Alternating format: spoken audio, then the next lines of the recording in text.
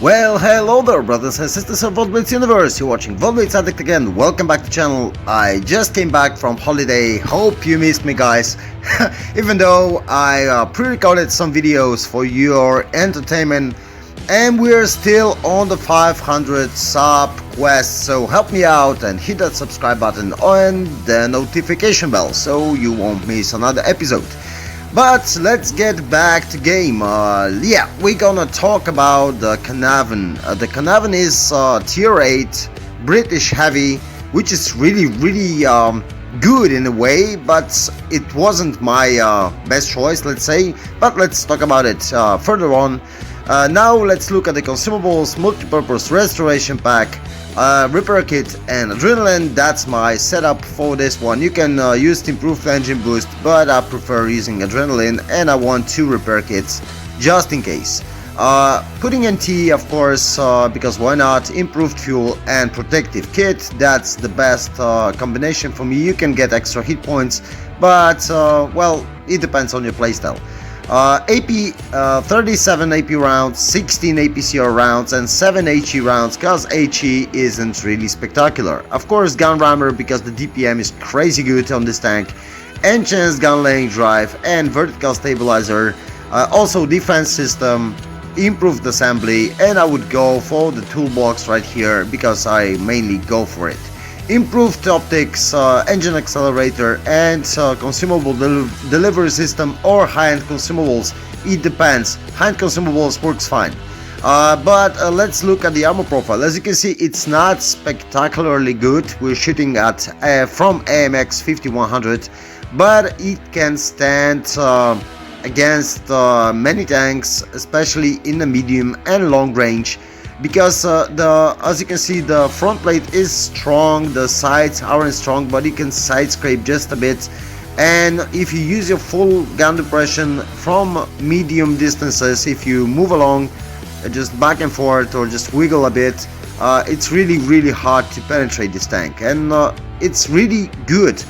Maybe not spectacular brawler, but in the distance it's really good. As you can see, the sides and the back are really weak, which is typical for British tanks. You just simply trade mobility over the armor, but the frontal armor, as you can see, is really good, and you can use it really effectively. Even on even terrain, look at this, you can still get some troll bounces on the front plate. Of course, upper front plate, because lower front plate isn't great, but if you just poke out like this, just over the some kind of obstacle, you just can get some troll bounces.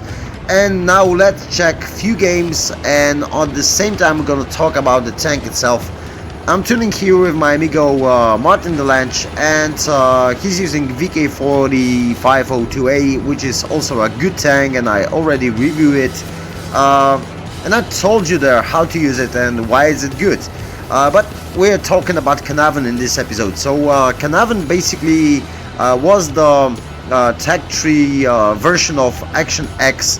Action X, as you know, is somehow broken, but Caernavron is really good tank. It has crazy good DPM, same as Action X. Of course, it has very accurate gun. It has nice mobility for a heavy tank. Also nice gun depression, 10 degrees of gun depression, and also fast firing gun. So you got this typical British pew gun with not a lot of alpha per shot, but you have, as you can see, crazy good DPM and nice penetration values. Also you have great opportunity to snipe some shots. Even though it's a heavy, it's a sniping tank, it's a really good sniping tank. And you're gonna see in those battles, they aren't spectacular. I wouldn't say they are spectacular, and I really didn't it wasn't my first choice. The Caernavron wasn't my first choice to play, but well, I like Action X, and I'm kind of going towards those low alpha, high DPM guns. Because rate of fire in some scenarios is really good, and if you can put your tank in a scenario where you can just output this damage from your low alpha gun, so you constantly need to keep shooting, then you will do massive damage, and then you can be really useful. Right now we are kind of pinned here between those two tanks. There's an experimental here and there's a super Pershing on the other side, but I'm trying to hold them back from my amigo. As you can see, he's trying to hold the other side, and we are just trying to hold those guys here so we can just go and just rip them apart. And as you can see, it's working quite well. I'm just trying to track this lever so he will lose all his repair kits, and it was quite well done, I would say. So yeah, the mobility it's not spectacular in this situation because I was blocked between those two tanks, but that was just me, not the tank. So yeah, and as you can see, we're going like over 30 kilometers per hour. Maybe it's not spectacular, but it's enough.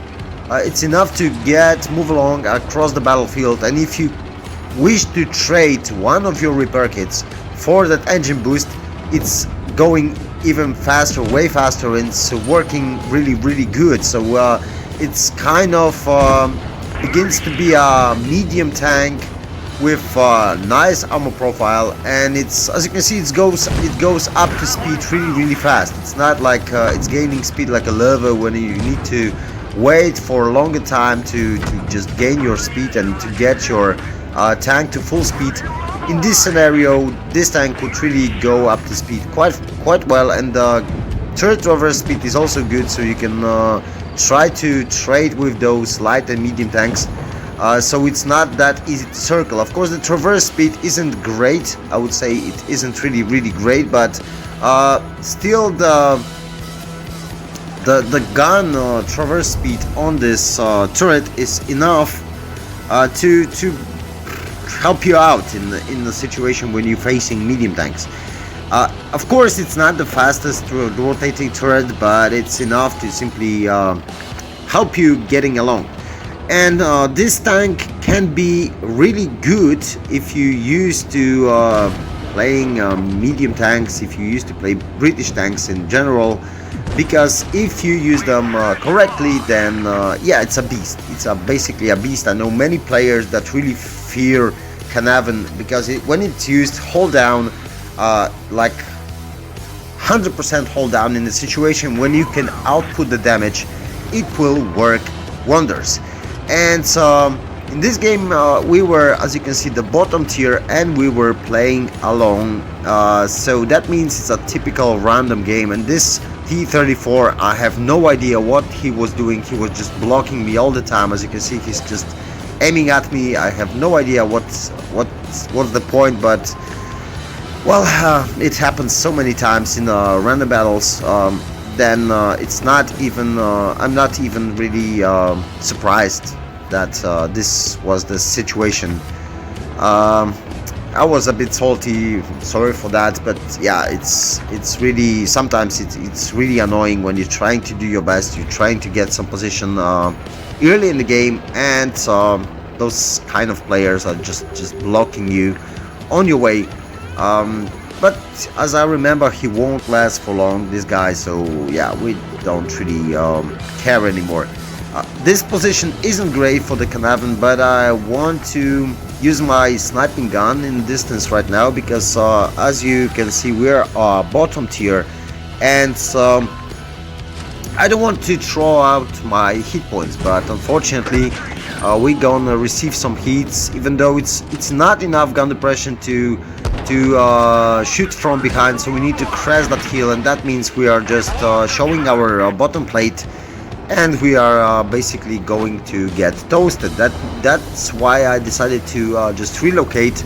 Now we have some info, some intel where the enemies are. That means I can just try to hide a bit here and just try to use my front plate to just bounce some shots.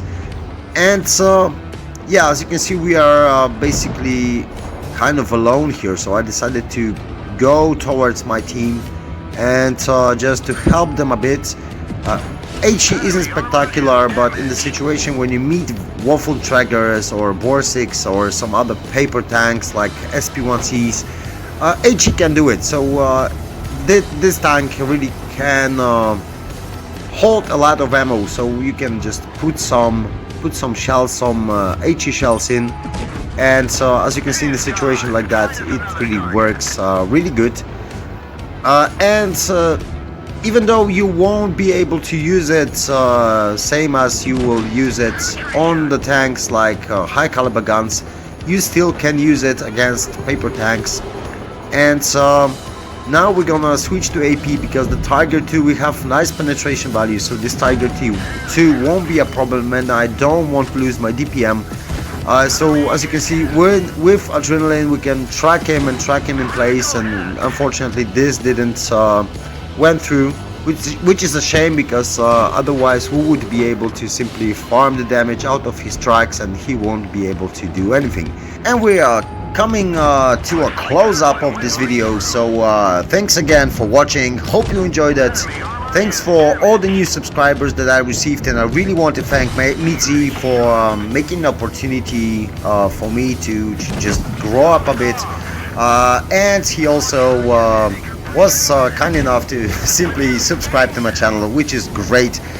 Thanks again, Mitzi, and I want to thank all the YouTubers, smaller, bigger YouTubers, that are providing some videos for our community, which is great, because we can give some our knowledge to newer players, because we have them a lot on recent days. And that's basically all for this episode, boys and girls. Thanks for watching, hope you enjoyed it. If you like my content, please consider subscribing. The link to my Discord is in the description below. Take care, bye bye, and catch you all on the battlefield.